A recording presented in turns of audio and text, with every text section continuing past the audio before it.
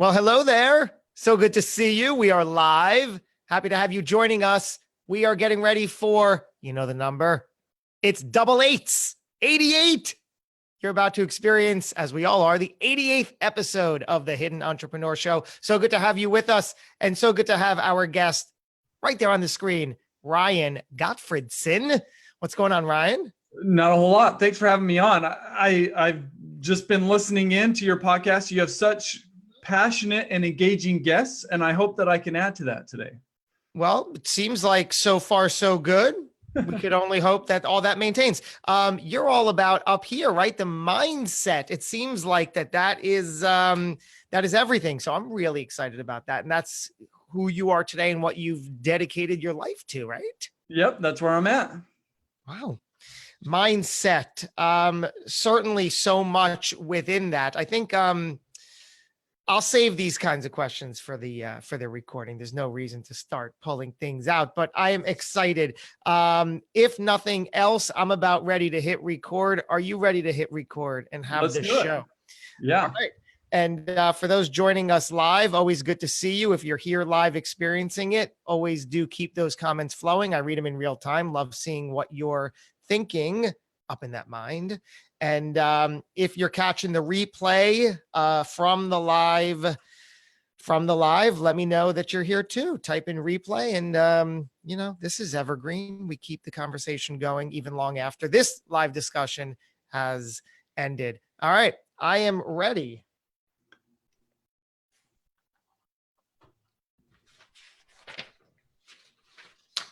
All right, here we go with Ryan.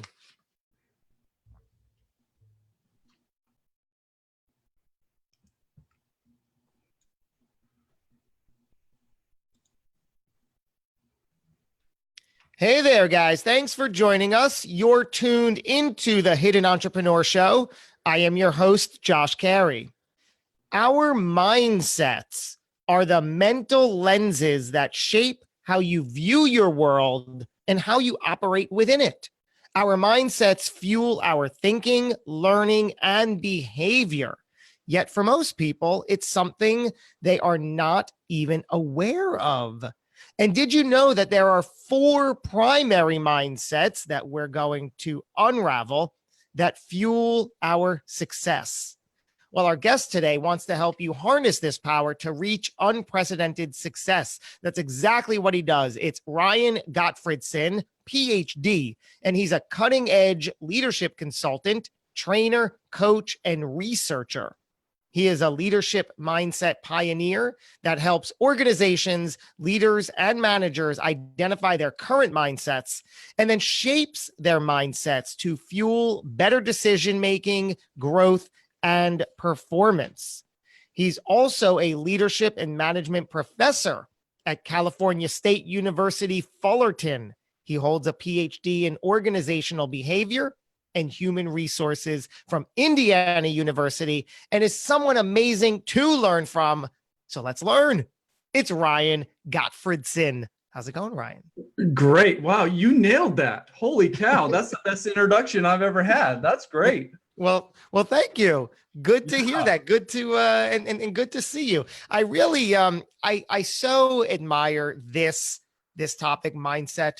One of the things I heard you say is that you speak to people, you go into organizations, and there's the barrier that they're not even aware that this thing called mindset exists.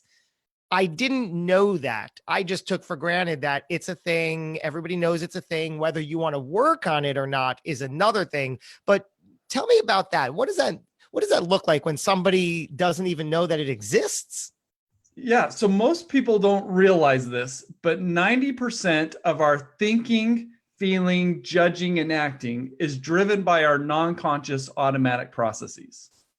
So essentially, almost everything that we do is on autopilot. Well, what drives our autopilot? It's actually our mindsets. And so when you think about autopilot, or at least when I think about autopilot, I think about flying an airplane. Mm-hmm. So when you get pilots that put the airplane on autopilot, the thing that ensures that allows them to get to from where they start to where they're going is it requires that the dials and the instruments are accurate. And if they're not, so if our autopilot isn't in tune with reality or the most optimal system, then what ends up happening is our autopilot takes us to a destination that we didn't necessarily set out to achieve and is less than ideal. And so this is how our mindsets work, is there are specific mindsets that we have that dictate the destination that we arrive at. And there's certain mindsets that allow us to arrive at more positive destinations than others. And what people don't realize is that this is going on in their minds all the time. Whether we expect it or not, know about it or not, there is that thing happening. Yep, it's happening. And so if we can awaken people to their mindsets, that empowers them to do a couple things. One is to become more conscious, and two, to improve their non-conscious automatic processing that's driving their lives. And so if we can improve our autopilot, then we're going to be much more successful moving forward.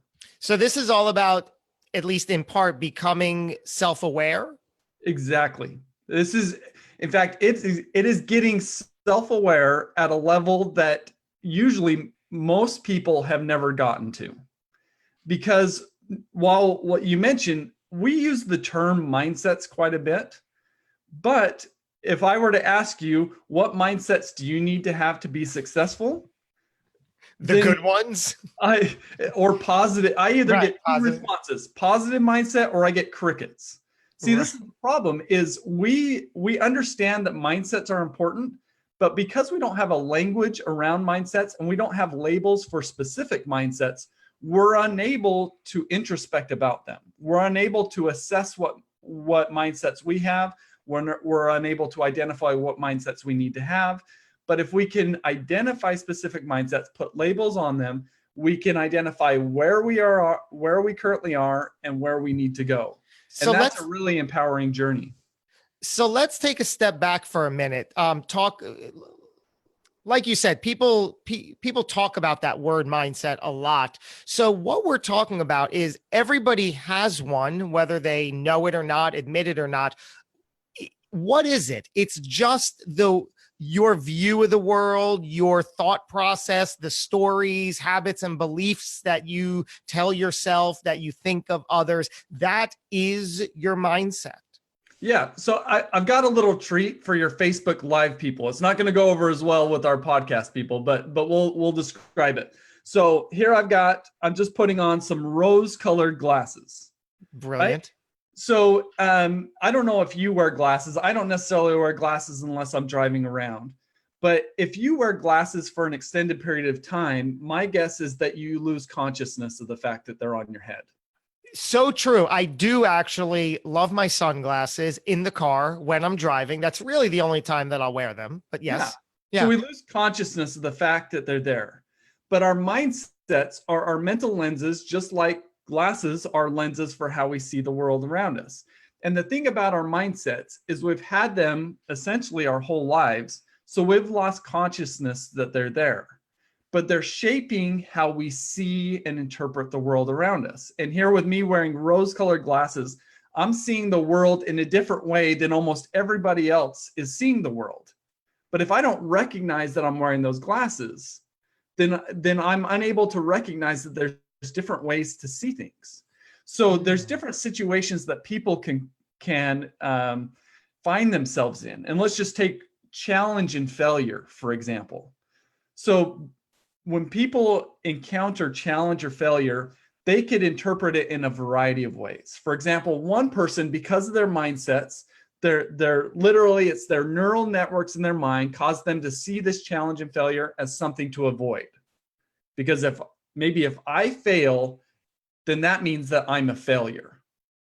But somebody else could see that same exact challenge and failure, but instead of seeing it as something to avoid, they see this as an opportunity to learn and grow.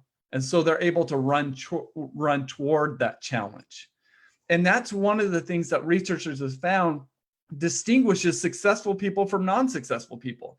is successful people are able to run toward challenges because they know that they're going to learn, grow, and develop, whereas less successful people try to avoid challenges because they're afraid of failure.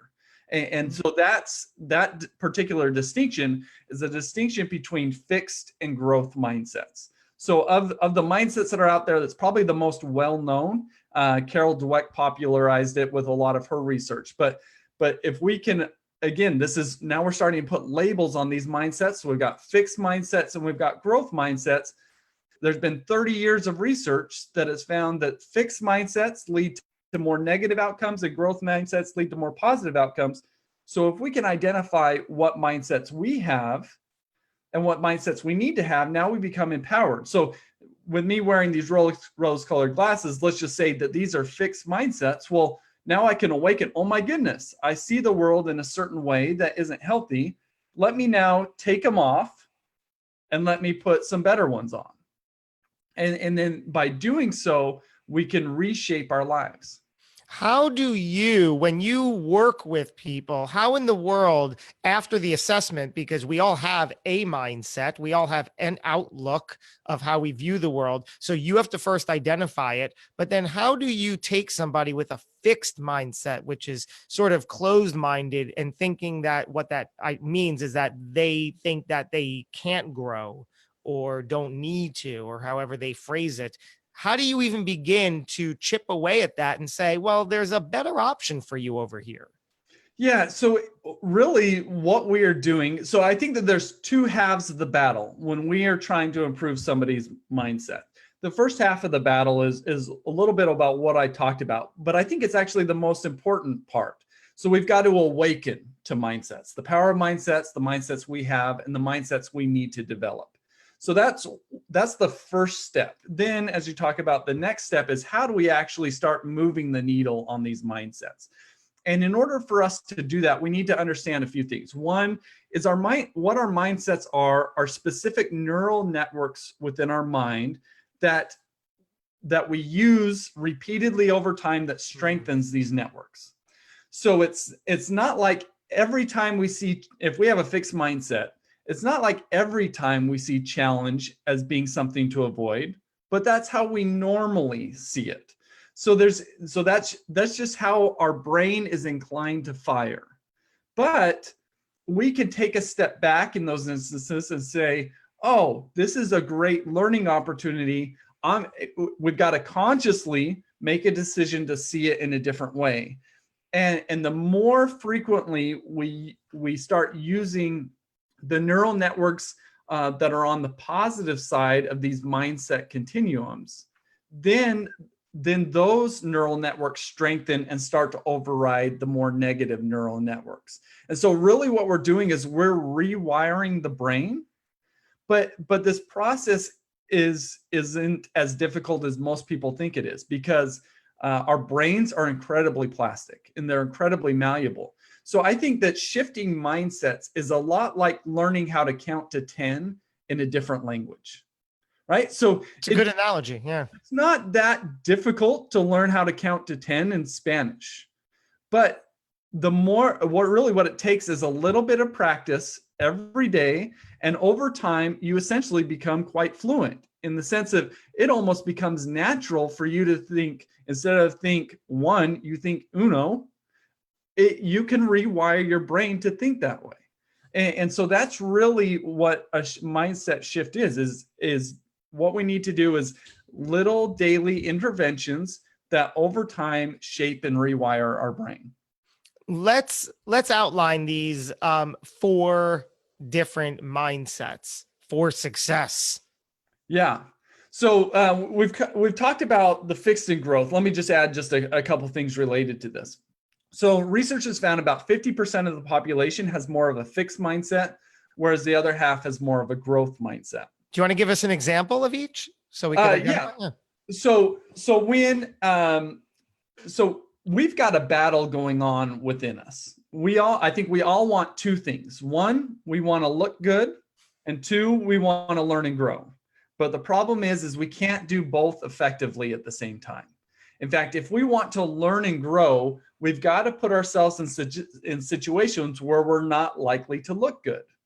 And so those people that have a fixed mindset, they're more attuned to looking good. They prioritize looking good over learning and growing. Whereas Now those, you're talking, I'm sorry, you're talking about the facade of not stumbling or looking inferior or looking like you're struggling through something, right? When you say yep, looking good.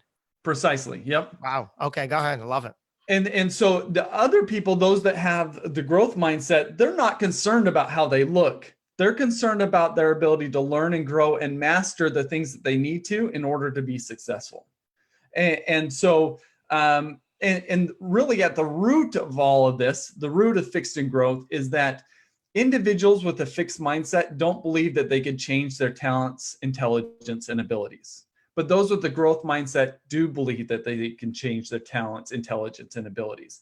And with that belief, it allows them to explore challenges and failures and learn from them, as opposed to internalize them and consider themselves a failure if they were to fail. Is one quote unquote better than the other? Can either be equally as successful, or does the fixed to benefit them? If they want the success, they're going to have to inch closer to the growth. Great question. And so we hopefully we'll get to all four sets of mindsets here. And all four of these sets range on a continuum from negative to positive. And it is while the negative mindsets are very easy to justify, right? So if I have a negative mindset, I tend to think that my thinking is the best way to think. So we justify the negative mindsets really well, but there's been over 30 years of research for all of these sets of mindsets, and overwhelmingly all of the research says that the negative mindsets lead to lower outcomes and the positive mindsets lead to higher outcomes. Wow. And so there is a distinction between purely negative and positive for these different sets. So yes, overwhelmingly, a growth mindset leads to greater success than a fixed mindset. All right. Now that's the first of the four. For the record, side note, I took your online assessment. We'll talk more about that. I'm sure we can lead anybody and everybody over to that at the end of the show, but I took it and it is fascinating. You go through it, you answer 25 questions on a sliding scale. Takes less than 10 minutes, right, to do. And then you give this whole entire outline, each of these four broken down with where you stand and, how you see yourself. And you can go from there. It's great. Yeah. So I haven't seen your results. So if you want to I don't know if you want to bring them up, but if you're feeling like offended because you have more of a negative mindset, don't hesitate to push back on me and let's chat about it. I'm not offended. So what's the second one? All right. So the second one is the difference between closed and open mindsets. When we have a closed mindset, we're closed to the ideas and suggestions of others. When we have an open mindset, we're open to the ideas and suggestions of others. And the people with closed mindsets, again, value things differently than those with open mindsets. So those with closed mindsets, they want to be seen as being right. Open mindset. You've met my wife. Yes. Zing. I'm kidding, honey. Kidding. Kidding. Kidding, of course. So when we are closed, we want to be seen as being right, but those with an open mindset, they're not concerned about being right personally. They want to think optimally and they want to see optimally. And thus they're open to different perspectives and new ideas. And that's the strength of the leader in that regard. Yeah. So when we have a closed mindset, oftentimes what happens is when people disagree with us, we take it as a threat and get defensive. Yeah. But when we have an open mindset, we're open to different perspectives, new ideas. We're open to disagreement because ultimately we understand that what we know may not be the best. And so we're open to seeing things in a better way. I can tell you that in years past, I was more of that closed mindset because I was living in a state of fear. I was scared. I was insecure. I was seeking approval. So that all shaped. And now that you're saying that, I'm like, oh yeah, I was that person. Now I didn't consciously work as I identified it to open my closed mindset, but just changing the bad behaviors and habits that I was aware of opened it all up. Yeah, but my guess is if you were to go back in time and if I were to ask you, let's just say 10, 20 years ago, do you have an open mindset? How would you have answered? I sure do. Yep, right. So that's the problem, is it's really difficult for us to assess the degree to which we have an open mindset. And that's where an assessment is really valuable. I mean, we all think that we're really open-minded because we don't know what we don't know. But if I were to go back 10 years ago, I would have said I'm at the top of the list in terms of having an open mindset. But I now look back, I think, oh my goodness, I was so rigid in my thinking.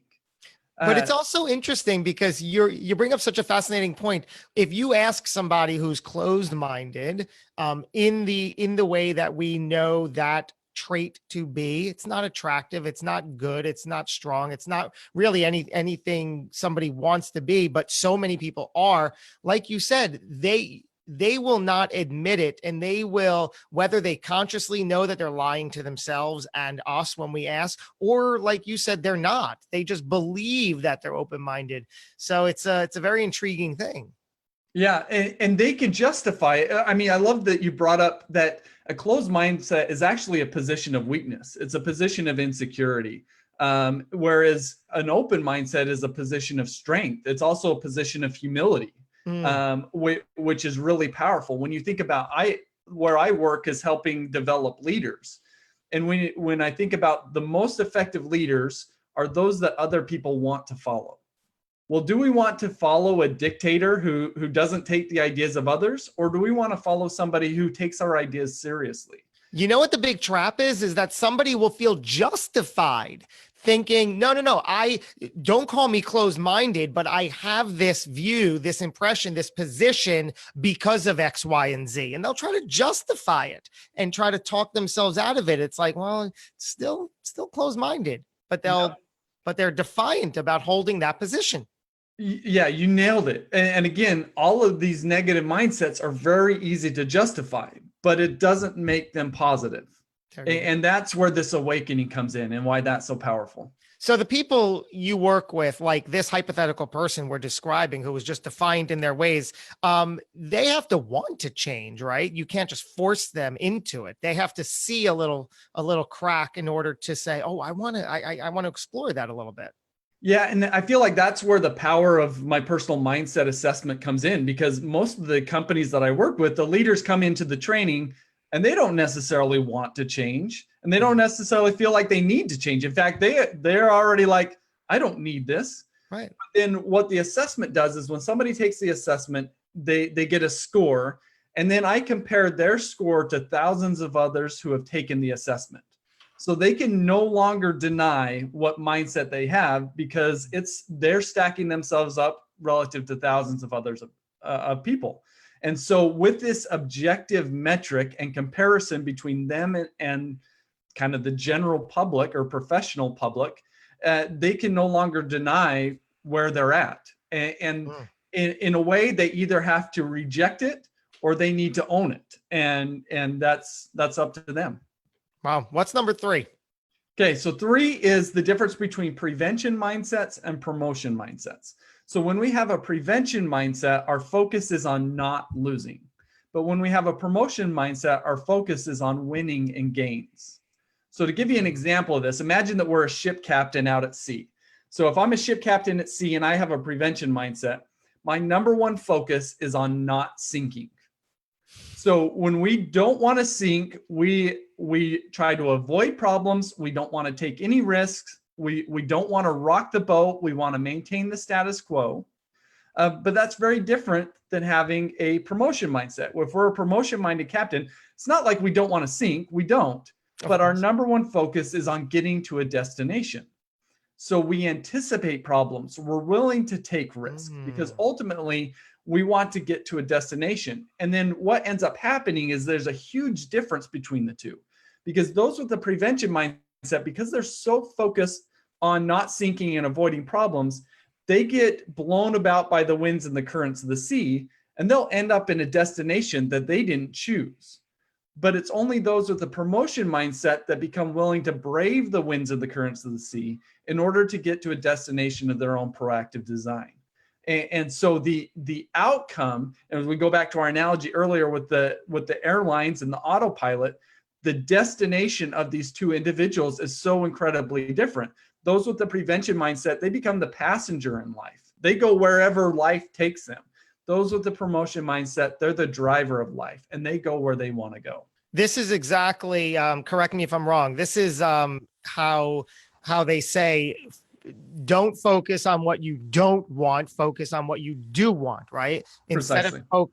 Instead of focusing on, I don't want to get sick, I don't want to get sick, I don't want to get sick, just focus on, I want to remain healthy, and I'm going to do everything to remain healthy. Because what you focus on, even if it's the thing you don't want, you're gonna attract that and go in that direction. Yep. And there's an adage that is, the absence of disease doesn't make health.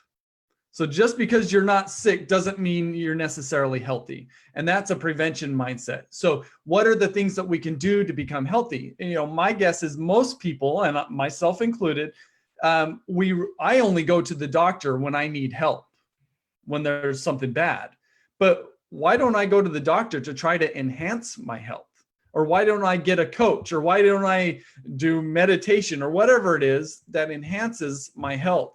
And what allows us, or those individuals who seek after, I would say, proactive well-being, is that they've got a goal, a destination in mind, or a purpose that allows them, that says, how do I get from where I am now to my destination? And now what are the steps that I need to take? It's only those people that will engage in those types of behaviors. Whereas if we don't have a destination in mind, then it's like, oh, well, I'm not going to do anything unless a problem occurs.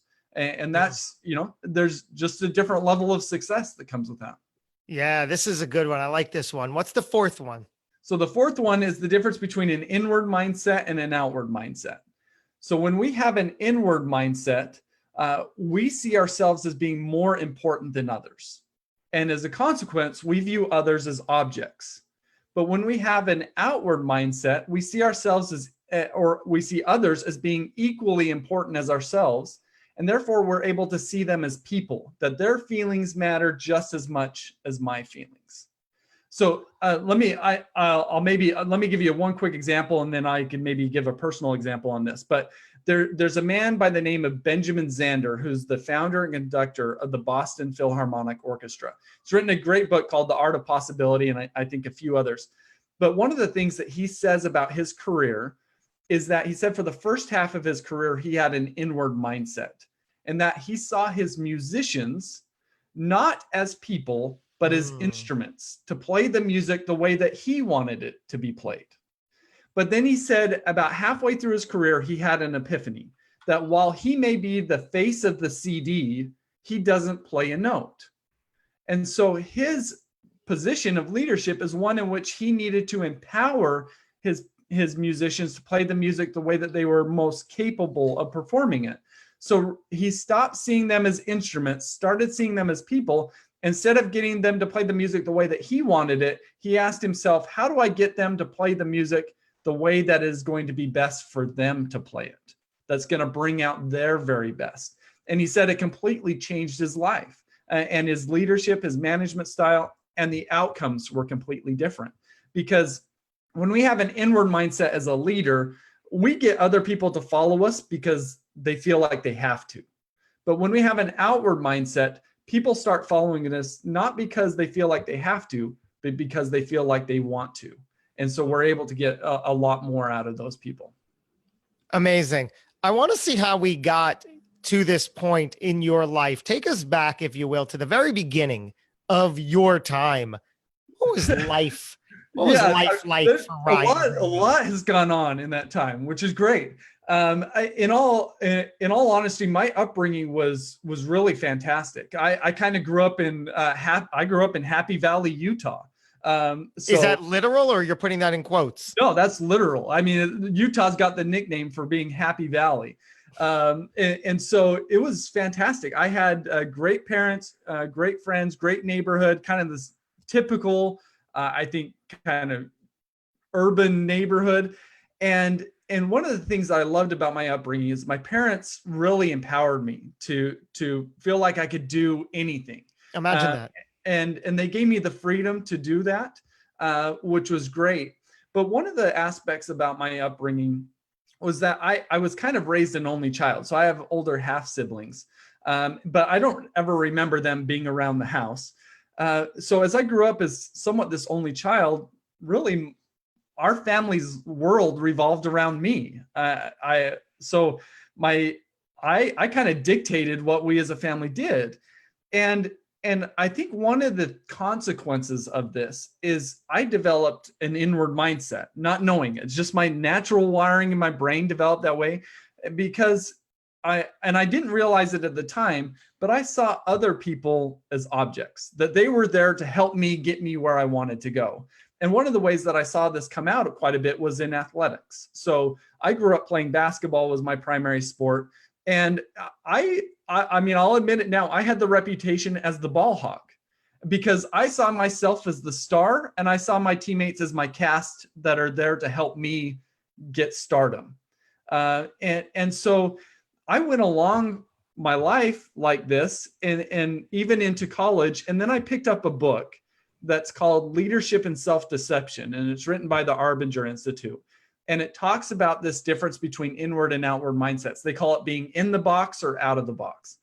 And I read the book and it hit me like a ton of bricks because I said, this was my awakening moment with my mindsets is I was like, oh my goodness, I have this inward mindset.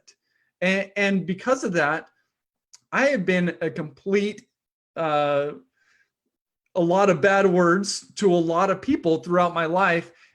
And it wasn't intentional, but it was just who I was and the mindset that I have. And once I awoke into that, I mean, don't get me wrong, I still struggle with this mindset, but now that I'm aware of it, now I could do something about it.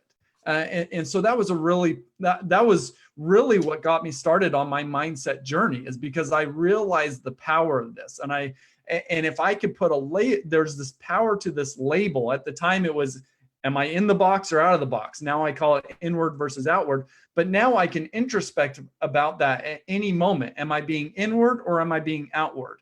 And by doing that, it allows me to stay on the more outward mindset side of the continuum. What were you going to school for and looking towards in high school and through college? Well, so my favorite class in high school was sports psychology. I loved it. So we read books by Stephen Covey, by Pat Riley, by Mike Krzyzewski, and I ate it up. And I remember thinking as a senior in high school, man, if there was a career out there where I could do this all the time, I would be in. But I didn't know that there was a career out there. And so a couple of years later, after I graduated from high school, I was living out in Massachusetts and I met a Harvard Business School professor who taught organizational behavior. And I said, what's organizational behavior? And he says, it's essentially the study of leadership and motivating people to do great things. And I'm thinking, oh my goodness, was my sports psychology class. This is what I'd love to do. So after that, I started on the trajectory of, I kind of decided at that point that I wanted to move into organizational behavior. And then that kind of led to later thinking, well, I want to do research in this space. I want to create new knowledge in this space. Oh, wow. And so I was like, well, being a professor is maybe the best way to do that. So I decided to try to go and get my Ph.D., in which I did. And now at Cal State Fullerton, where I teach and do research on leadership. What does that mean to you, having your PhD? I don't feel like I have a very big ego. Like if students say, what do we call you? And I just say, call me Ryan. Like, I don't need the doctor. I don't need the PhD at the end. And I think that's one of the things that I picked up actually during my PhD program was a shift from a fixed mindset to a growth mindset in a way, because I shifted how I thought about myself, that it wasn't about trying to show who I was. It was actually about creating substance within myself. how do I learn, grow, and develop the knowledge and expertise in order to help and contribute to the lives of others, as opposed to being this trophy that's up on the shelf. So I don't care how I look, but I do care about my ability to positively influence others. And I happen to be in a field where I study how you do that, which is, so I eat, sleep, and breathe this because I love it. It's great. I really appreciate that analogy, that growing up, you were this trophy, you were the center of your universe, and everybody else was there to serve you. And then you had that shift in adulthood. Yeah, and it's my guess. I mean, you seem to have had a similar shift in your life. I mean, that's the reason why this is called the Hidden Entrepreneur Podcast. Is in a way, it seems like you were in a place of hiding, and then you shifted, and that shift, while you may not have recognized it as a time, was surely a shift in your mindsets. It's a shift in how you see the world, right? 100%. And so, if I think both of us, we probably think if we could go back in time and actually have labels to these mindsets, we could have enhanced or sped up our shift in our mindsets, because I think both of us, we feel like we kind of fumbled along with this shift, not knowing the specifics, but knowing that it was happening. But if we can know the specifics of it, now we can, not only does it empower us to shift ourselves, it empowers to help others with their shifts as well. And what's so intriguing is we both came from a similar space, but different ends of the spectrum. You thought you were the center of your universe and everybody else was there to serve you. Invert that, and that was me, right? There was nobody that I thought cared about me or my universe, and that's the world that I created for myself. So yeah, my mindset shift was, back then, I perpetuated this false story, this false belief about me and the world around me, and found the reality to support that, until I made that shift and said, oh no, I can't try to get the external validation and approval. It's got to start from within. Yeah. And as you say that, one of the things that comes to mind is, as I've gotten into mindsets, it's forced me to get into mindfulness and even meditation. And if you would have asked me a year ago, if I would have been talking on a podcast about meditation, I would have said, you're crazy.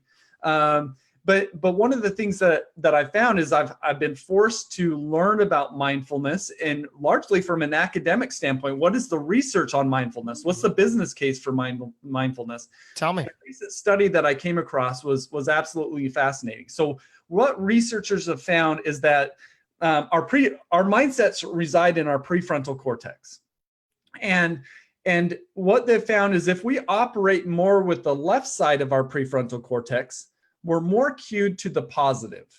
And this is different than left brain, right brain thinking. But if we use more of our right side of our prefrontal cortex, more cued into the negative. So we have a tendency to see the situations for what is bad as opposed to what is good. And so what a group of researchers did is they took a group of people and they measured the degree to which they rely upon left versus right, the right side of the prefrontal cortex.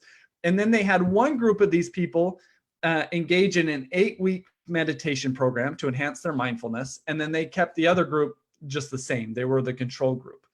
And then after the 8 weeks, they remeasured their brains. And what they found is that those that went through the meditation program had enhanced capabilities on the left side of their prefrontal cortex. So to see things more positively. Yeah, so they're cued in more to the positive. Those that didn't go through the meditation actually were using more of the right side of the prefrontal cortex. So they were even more cued in to the negative. So one of the big takeaways from this is that mindfulness and meditation literally rewires our brain, and it rewires our mindsets. And so when you tell your story about going, it seems like you're in a place where all you saw was the negative. But now you're in a place where you seem much more inclined to see the positive. And what has occurred is just a shifting in your neural networks that you rely upon in your brain. And so as we talked about shifting our mindsets, That's what you've done is you shifted your mindsets. You shifted these neural networks, and you probably, to do so, you probably created daily habits or small interventions that over time shift our brain. Right? Still doing that daily. That's exactly what I tell people. I feel like I'm in recovery. In many ways, I am from that old addiction and habits. This is a daily thing. It just doesn't, you don't just do it for a week, a month, or a year. You got to do it every single day. You're on it. Yeah. Which is it's just like, once we talk about it, it's like, oh my goodness, this makes so much sense. But how often do we talk about mindsets, right? I mean, it's just because we don't have the depth about them. But once we can get some depth there, then we see that they play this foundational role in our lives. It's so funny you spoke about that. If a year ago somebody said you'd be talking about mindfulness and meditation on a podcast, in a similar vein, meditation today has become the one element that has changed the game for me. I indulge in it every night, and it's the thing that I look forward to. Same with me. A few years ago, I've heard meditation my whole life, but it always, whatever. I just wasn't ready. Right? What? It's too hippy dippy, right? Whatever it was. I just didn't, I was like, I don't need that. Whatever. I don't need it. Don't care about it. Not for me, until it was. Yeah. Yeah. I love, I don't know if you've read the book 10% Happier, which is a fantastic treatise on shoot, now I'm spacing his name. I've got the book right here. Dan Harris wrote the book. And he tells us a very similar story in a very comical way, but also a very moving way about the power of meditation. And it can make you, the basic premise, it can make you 10% happier.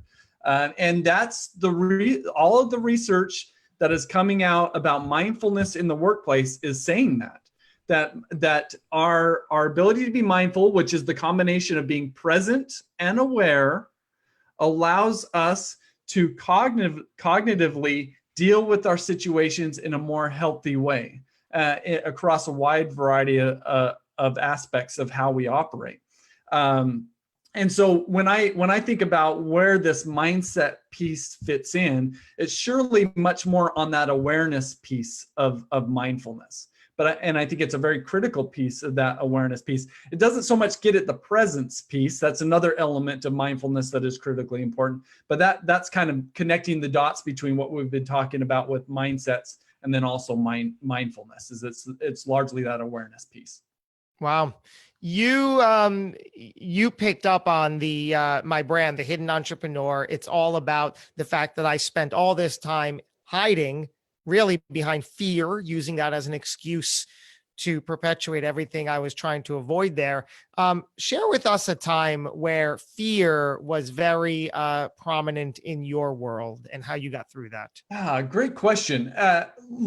Let me come to a personal example, and let me just kind of connect some of the dots here in the sense of all of our negative mindsets. So we talked about 4 negative mindsets. They are connected to fear. In fact, I think that they're driven by fear.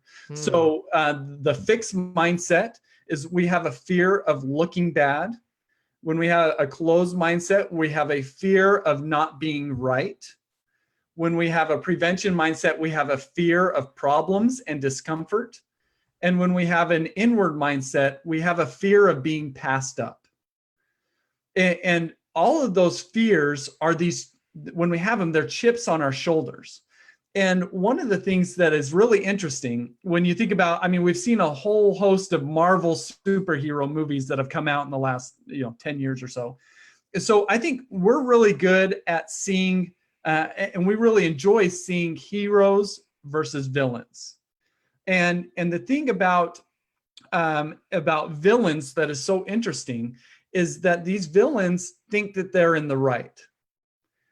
But what's going on here is they've got a chip on their shoulder. They've got a fear that is driving them to engage in justified behavior that they think is right. They think they're on the good side, but at the end of the day, they're having negative ramifications for those around them. And so that's what happens when we have these negative mindsets, is we're unintentionally making ourselves the villain. And in an organizational context, there's some pretty overwhelming statistics, like 65% of employees would rather have a new boss compared to more pay. And 60% of employees say that their boss has actually had a negative impact on their self-esteem. Wow. So it's most leaders in organizations consider themselves the heroes, but in reality, they're the villains. They're oftentimes the villains. It's not like all of them are villains, of course. Right. But it seems like the majority are, which is really scary. And so when it comes to, when you ask about my fears, I think that the mindset that I've struggled the most with, as I mentioned, is this inward and outward mindset. So I had this inward mindset because I had this fear of being passed up, of not being accepted. And I thought that the way to kind of excel and to become accepted was to prove myself. And oftentimes maybe even at the expense of others. Unfortunately, that was the case. And so that fear of kind of not being enough was, I think, really what drove that inward mindset. Wow. If you were to look back on a younger version of yourself, what conversation would you be having? I would have a lot of conversations. Let me share one that just kind of comes to mind based upon what we just talked about. Are you very familiar with Brene Brown's stuff?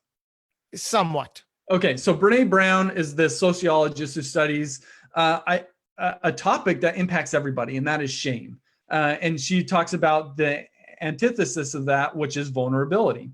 And in one of her books, Rising Strong, she's got an anecdote in there that rocked my world. And this is maybe one of the things that I would share with my younger self. So to give you the context here, she had an experience where she was speaking at an event. She did it pro bono. And when she showed up to the hotel, come to find out that they had put her with a roommate, which she was initially like, oh no.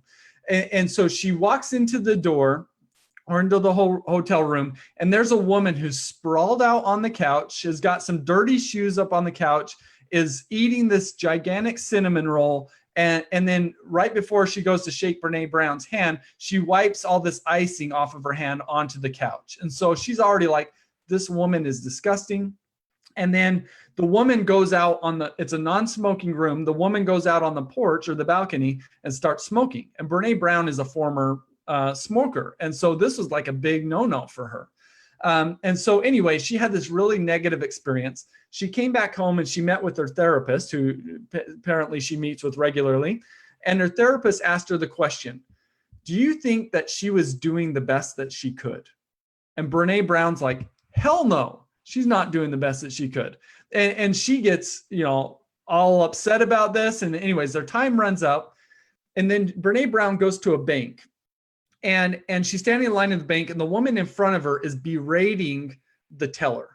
And so this woman, this woman happens to be an older white woman. The teller's a young black man. And she says, I want to speak to your manager. And so the teller points to his manager, which is a black woman. And then the older white woman says, no, I want to talk to a different manager. And it's implying wanting to speak to a white manager.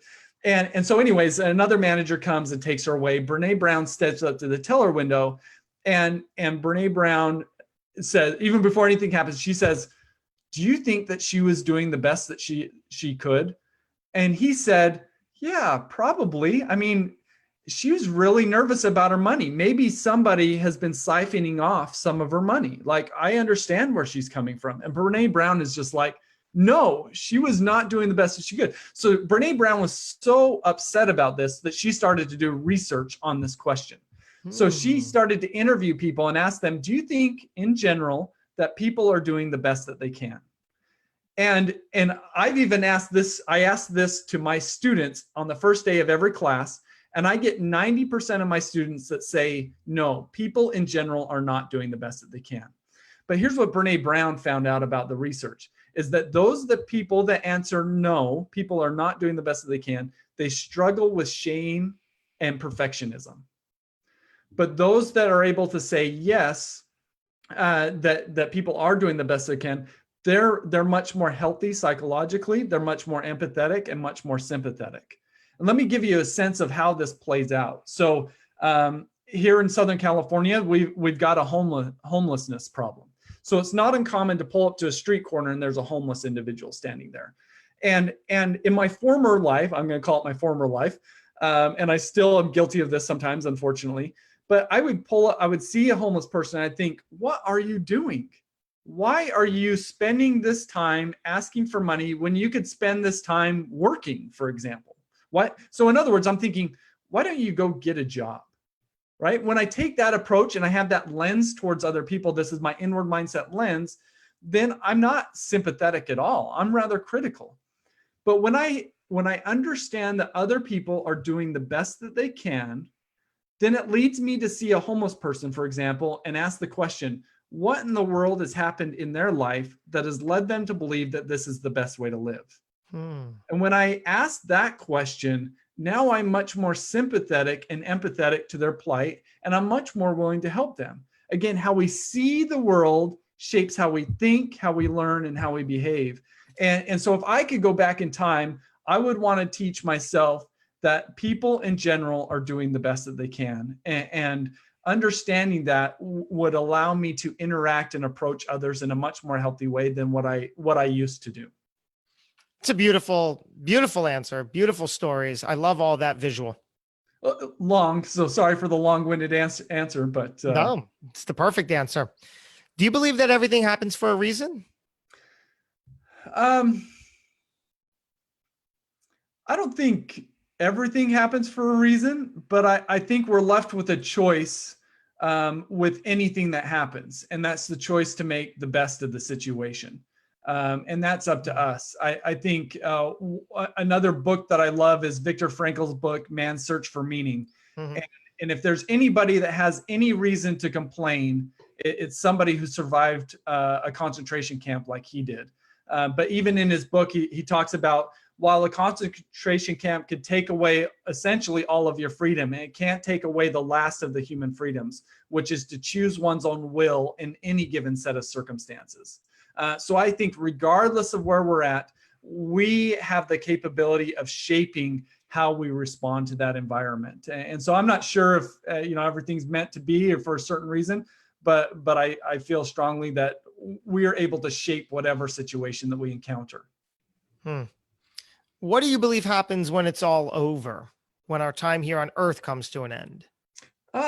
Deep question. Good one. I would say I'm very influenced by my Utah upbringing. I grew up as a member of the Church of Jesus Christ of Latter-day Saints, and I still am involved in the religion. And I think I generally espouse to their beliefs about what happens after this life. And part of those beliefs is that we continue to live after this life, initially kind of in terms of in spirit form, but then one day I believe in the resurrection that is associated with Jesus Christ, that we will one day take on a perfect body and live eternally. And part of this eternal perspective is not just our own our eternal reality, but also we have the opportunity to live with our family and loved ones beyond this life. And to me, that's really comforting. It's been a huge comfort to my life. I've lost both of my parents to cancer. So as challenging as that can be, it's been softened with my belief that I think that they're in a way still around and that I will see them again one day. It's beautiful. I will leave you with this final question. Ryan Gottfredson, how would you like to be remembered? I think I want to be remembered as somebody that had a positive influence on the lives of others. And that could be big or small. I want people to feel like after they interacted with me that they were better because of it. I'm working on trying to get there. I think that's really difficult, but that focus allows me to be intentional. When I and I'm not that I'm always intentional, but when I interact with individuals, I try my best to ask myself, how do I want them to feel after they interact with me? And how do I want them to see me after I interact with them? And by asking those questions, it shapes my interactions from being something that's maybe casual or neutral to helping me take it to more of the positive level. And so, but overall, I want to be a positive influence. Well, you've certainly positively influenced this gentleman right here, and I thank you for that. Really cool to have this discussion with you, for opening up and showing up in the way you did, Ryan. Pleasure to have you here today. For sure. Thank you. And thank you for your wonderful questions, your great energy. It's very contagious. Thank you. I appreciate that. And I appreciate everybody joining us, whether it's for the live broadcast here or the podcast on the platform of your choice, Apple, Google, or Spotify. If you're there, hit rate and review. Let me know what you think. I love reading that stuff. We're going to do this again real soon. Until we do, go get them. All right. We are off the podcast, still live on Facebook. How do you feel, Ryan? It was great. I had a great time with you. Thank you. Good. Quick question. Where is your research taking you these days? What's the next for you there? Yeah. So there's a couple of things going on in terms of the research arm of things is really trying to bring these ideas to the mainstream in terms of both the academic world as well as the practitioner world. And so I'm working on what I think is to be a really critical academic piece for a journal called Leadership Quarterly, in which we're trying to make the academic case that that organizations need to focus on mindsets when they're trying to develop their leaders. Until now, the primary focus has been on behaviors. What do leaders need to do to be more effective? But I think both of us recognize that leadership is more than just doing the right thing. It's being a certain type of person. And so I think mindsets is a way to tap into that being. So I'm working on that. And then in terms of bringing this idea to the practitioner world, it's jumping on podcasts like this, but then it's also, I just landed a book deal and where I'm bringing these ideas to the world in the form of a popular press book that should be out in the next 7-8 months or so. How exciting is that? So exciting, Awesome. right? Yeah. One final question. What should the people listening or watching today, what can they do now, entrepreneurs, leaders going forward? Yeah. Well, they're already doing something, which is listening to this, which is great. And I think a natural next step is to take the mindset assessment. So go to my website at ryangottfredson.com, take the assessment. And then as you take the assessment, as probably you saw in your results, there's suggestions for how you can improve each of these different sets of mindsets. So identify one mindset or two mindsets that you want to improve. Dive into some of the resources that are designed to help you improve those. And there's a variety of books. We brought up some of those books as we've talked today, but then there's others that are more specific to these different mindsets. So cool. So cool. Thanks again. We'll connect real soon. I appreciate you. Thank you. Awesome. Yeah. Thank you so much, Josh. All right. And thank you guys. We'll talk and see you soon.